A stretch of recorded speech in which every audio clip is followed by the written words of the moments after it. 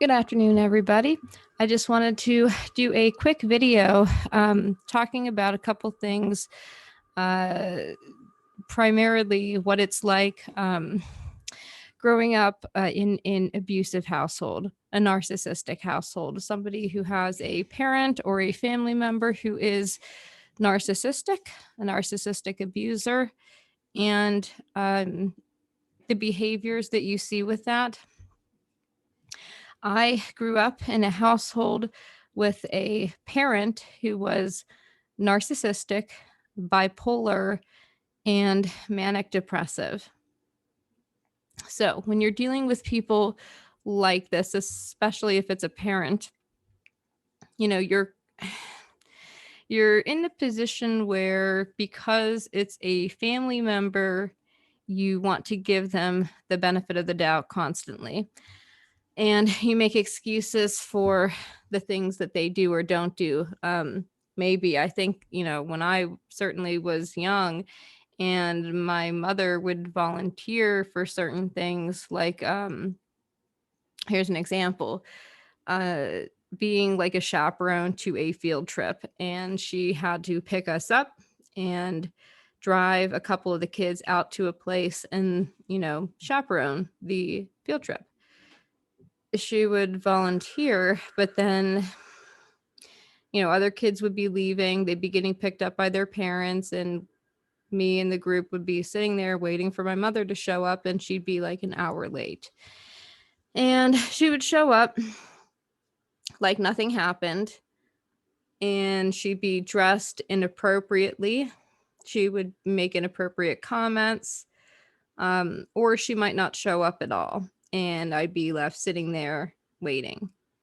And so this was constantly embarrassing for me, where I had a mother who acted more like a teenager, sort of like a wild teenager, right? She had times where she'd be very like upbeat and giddy and very positive or charming. And this is what makes it difficult to explain the abuse and neglect that comes from having a parent who is suffering from these issues. Of course, she was not diagnosed, so there's no concrete thing to point at, but you know it, that there's something wrong with the person, that one day they're upbeat and happy and all smiles and very affectionate towards you, and then the next day, or even at the drop of a hat, they can hate you and be angry with you, or giving you the cold shoulder, or telling you that you ruined their lives and they never wanted you, and that you're a burden on them, and they've made so many sacrifices and you're so ungrateful, and things like this. And so I think that for children, certainly that makes it, they're always on edge. They never know what person they're going to get that day. If they're going to get the happy, upbeat person, or if they're going to get the angry, lashing out one, or if they're going to get the depressed and crying and sobbing and needy person. And it puts a child in the position of having to take care of the parent, of having to be the parent. And especially if there are younger siblings involved. So if you have one of these parents and then you have like younger brothers or sisters, you're put in the position of having to like take care of them, make sure that dinner is made on time, or that they're going to bed on time, or that their homework is done, or that they don't need anything.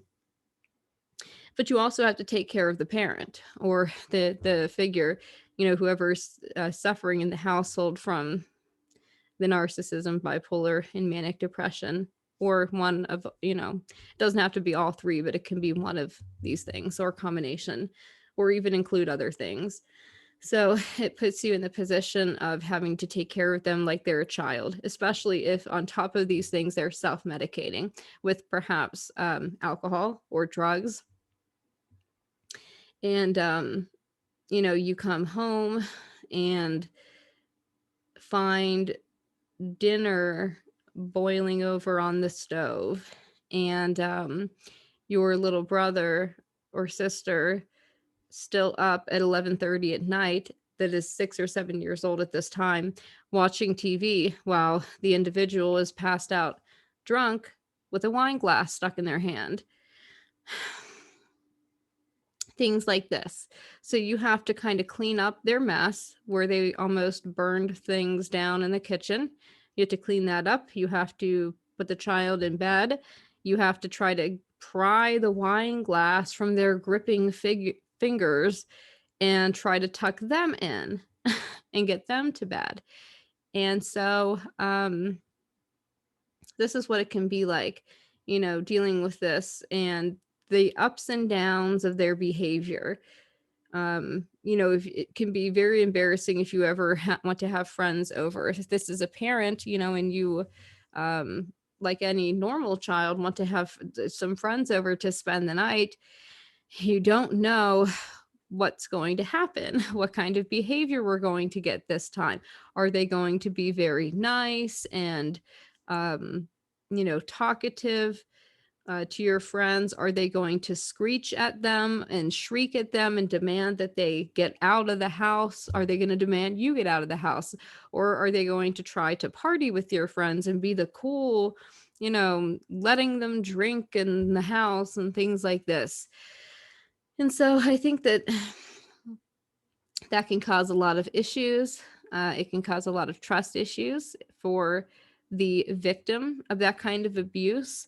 The narcissist, and especially if they have bipolar in manic episodes, they will oftentimes project onto their victim. And typically they'll find one person to hone in on, that if they have 3 kids, we'll say, they'll pick one that is going to be the whipping post, one that they, for some reason, have identified as not cooperative enough in their behavior and their outbursts, or one that they can just pin everything onto and project all of their insecurities, all of their anger, all of their issues onto that child. And so the other children might be treated very differently. They might be given more affection. They might be, the parents might identify more with them, and they just might be treated very differently. And so for that child, anytime something happens that upsets the parent, they're going to, that they're going to be on the warpath and they're going to be coming for you. And that you're going to be subjected to an abusive tirade about how you did this to them. It's your fault. Because if you hadn't been born, their life could have been so much different and so much better. And because you were born, look at how their life is. Look at how miserable they are. Look at how many little possessions they have. Look at how they have to live, not up to the standards that they would like. And it can also cause issues with the siblings, because some of the siblings who identify with the parent, who get treated differently by the parent and identify with them, might also identify you as the person that is to blame for all of the problems in the house, because the parent has singled you out as being the bad one. And so they can kind of pile on and agree with the narcissistic bipolar parent and amplify their attacks. When they start coming after you to berate you, the other kids might join in on this, because I think part of that is they don't want the ire of the narcissist turned on them. So if they can direct that anger and venom to a target, it is easier for them to survive. It's easier for them to escape um, that the rage of the bipolar narcissist. And so, being a middle child, often it's the middle child who is singled out like this. The younger child is sort of the good one, and the older kid maybe is sort of allowed more independence, or they leave them alone more. Or maybe they've stood up to the parent a little bit, and so now the parent just doesn't mess with them and goes after the another target that maybe it does not stand up for themselves as much. And so I think that that can be very damaging to a child and cause them to have lots of trust issues.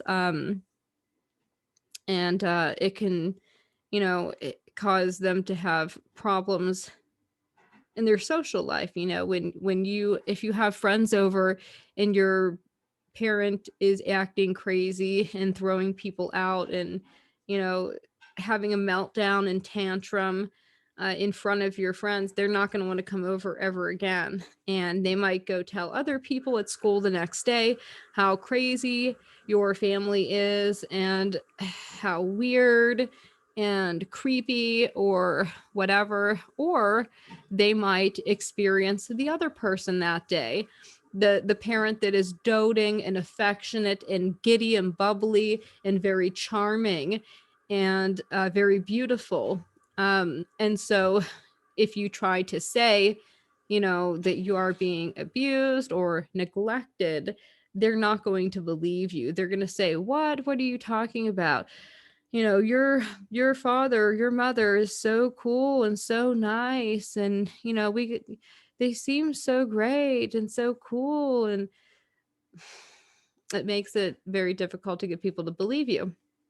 If you have an incident where you're thrown out of the house, or there's some kind of abusive episode where they go after you and physically assault you while berating you, and you're in tears and you leave the house and run to the top of the street to the store and try to call the police, to have the police come, the parent can then turn on all the charms, and when the police come, say, I have no idea what they're talking about. She's just been acting out lately. She's just been a handful lately. I don't know, why she would say something like this, but I think it's because she's out of control. She's been so hard to handle lately. And so it's gaslighting. The gaslighting, they turn on the charm. They know how to manipulate people very well. And so if law enforcement come and they don't know about this kind of psychology, they might see this person as a victim and of just a bratty child, right? That's out of control and just trying to lash out at the parent because they didn't want to get in trouble.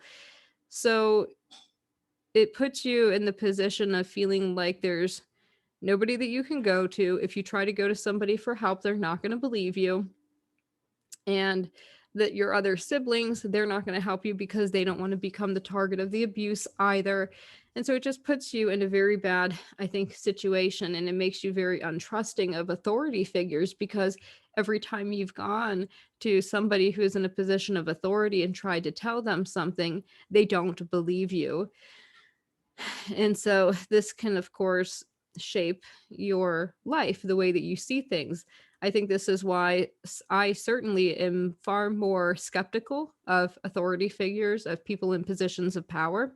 I think it's because of these interactions that I had as a child with authority figures, where they were not trustworthy. If you tried to confide in them or go to them for help, they would then turn you in to the person that you were trying to tell them about, to the parent.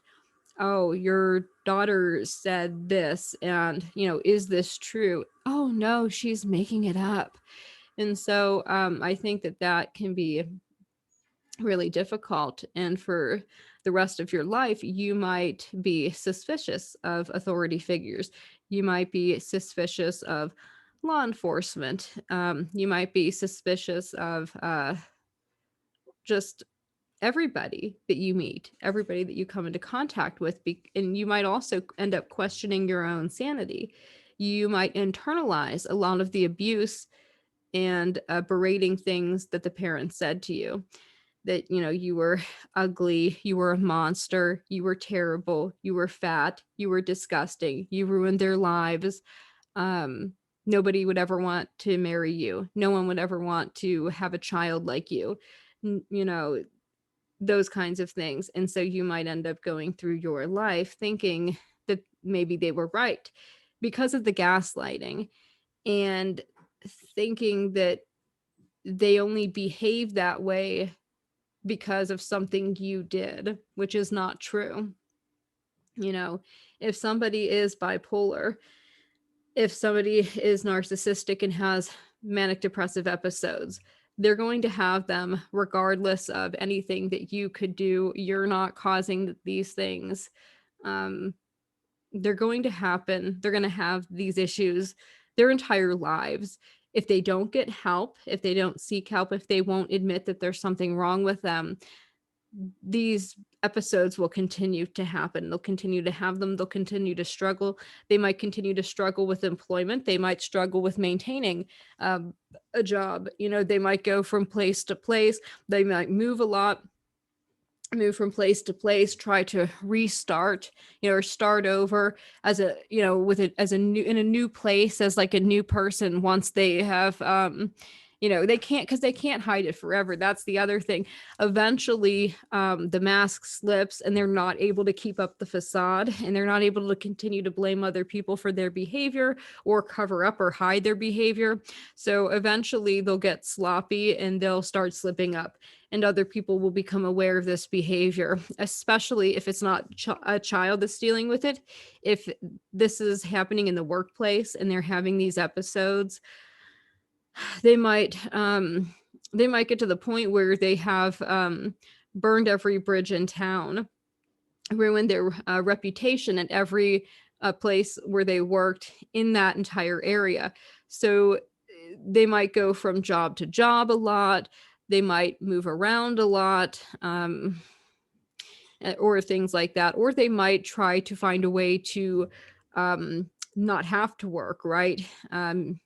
Maybe they try to find a victim, somebody that they can become, you know, married to or get into a relationship with, that they can manipulate into taking care of them or paying for them to go to school. And then they spend 6 years pursuing their education, so they're not having to work, and they're not put in that position of being totally exposed for the kind of person they are. But then, of course, those relationships eventually evaporate, especially if they don't seek help, because they will do the same things that they did to the child to their significant other. And they will go through relationships in the similar way that they go through jobs and move around a lot. And so I think that, you know, in their mind, it's everybody else. Everybody is out to get them. They're a victim. They've been a victim their entire life. They don't understand why people, you know, say these things about them. They don't understand why other people say the same things about them, right? People that don't even know each other maybe have said the same things, that you know, you have these up and downs, you're acting irrationally. You can be very abusive and cruel and mean one day, and the next day you can be extremely charming and affectionate and giddy and upbeat. And you know, they can't handle the ups and downs. They will see that as, in some cases, an attack on them. And if they're narcissistic, any kind of criticism like that, they're going to take as a personal attack on them. And when they feel like they're being personally attacked, they lash out like an animal that has been cornered. So they will try to perhaps destroy your life. If they suspect that somebody is catching on to them or might be outing them to others, they will lash out in some cases preemptively, because they don't want to be exposed for who they are. So they try to preempt that. If they catch that you're on to them and what they're doing, they will preemptively strike, and they'll try to maybe they'll accuse you of assaulting them. They assaulted me. Or, and in some cases, they might go as far as to abuse themselves, to hurt themselves, and then try to say that you did that to them. It's it's just insane, some of the things that when you're dealing with a bipolar person, especially one that has manic episodes, when they get into one of their into a rage, you don't know what they're going to do. You can't really predict it, but they do lash out. They physically lash out at you. They might try to strangle you. They might try to literally fight you as if they're fighting for their lives.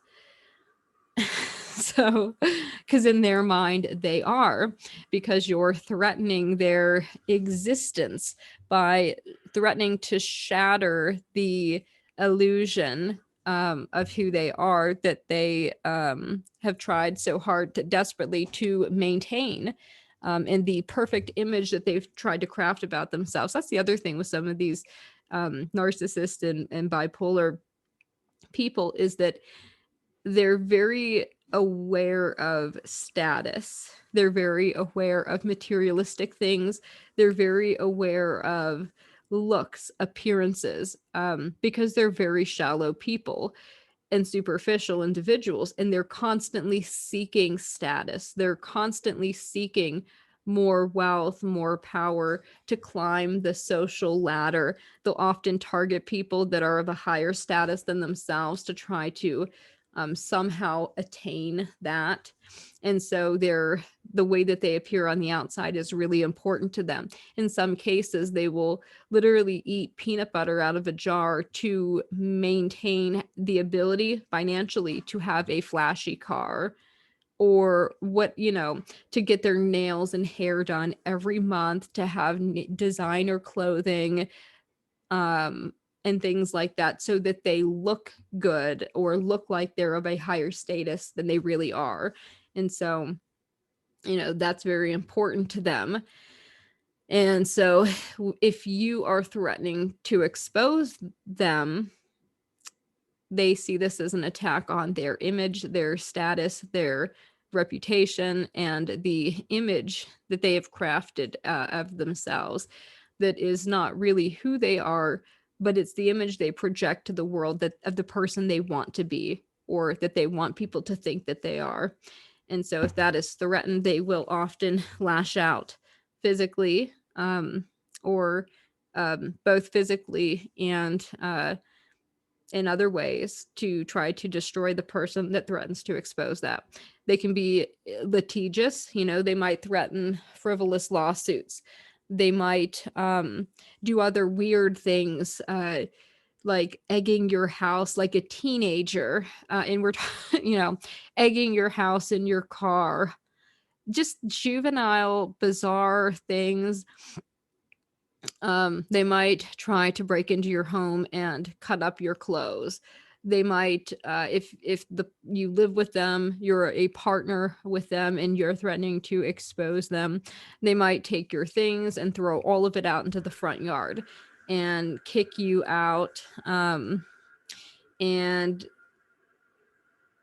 try to preemptively trash you to the neighbors or other people that you might go to for help. They might call them in advance and try to say that you did something. And so I think that if you know somebody like this, if you have somebody in your life that you suspect might be a narcissist or bipolar or manic depressive, or a combination of, it's very important that you recognize what the symptoms are, to research what that is and how that manifests, and not to internalize any of it, and to try to get away from that person as soon as possible.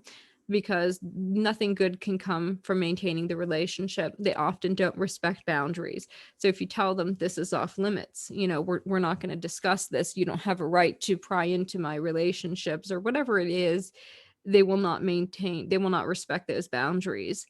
If you tell them you can't call me after a certain hour because I'm in bed or I'm putting my kid to bed or something, they will not respect those boundaries. They will still call you in the middle of the night or whatever it is, whatever they need, because it's all about validating themselves and self-aggrandizement. And so if you're not in some way feeding into their narcissism, if you're not acting as their fuel, they're going to become very angry about that. And so often when they are interacting with you, it's to to get that validation that they so desire and the attention that they always want. Everything has to be about them. When they send out a family Christmas card that has pictures of it, it's supposed to have pictures of all of the family, and they have a bunch of selfies of themselves. That is one of the things you might notice. When you have conversations with them, you can talk to them on the phone for an entire hour and hardly get a word in edgewise. It's all about them. They're going to talk about themselves. And a lot of times you feel like they're just talking to hear themselves talk. And you're just sitting there holding the phone like this, just listening. You might be holding it like this, and they just and it's all about them. And they'll never once ask you, how are you doing? And if they do, it's only so that they can try to tear you down, regardless of what your answer is. Oh, so you're still doing that. Oh, so you're still not doing anything with your life. So you're still not making something of yourself. Oh, you're still with him. Oh, this is the behavior that will be exhibited oftentimes with these people. And so it's best to cut them off, maintain no contact with them until and unless they recognize their problem and seek help. Oftentimes their apologies will be non-apologies. Oh, well, I'm sorry that you felt that way. There's no acknowledgement that they did the things that they did to you. There's no genuine remorse. There's no real apology. It's, I'm sorry you felt that way. And you must have done something to make yourself feel that way, because they're not acknowledging that they did that they caused you to have those feelings, and they don't have any remorse for that. It's, I'm sorry you felt that way. And you were wrong to think that and to feel these things.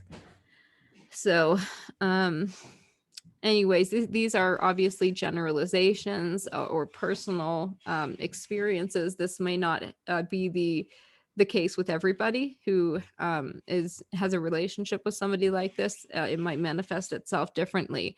And I'm certainly not any kind of mental health expert. I don't have any qualifications. I'm not a psychologist. I'm not a psychiatrist. I'm not giving any kind of psychological advice.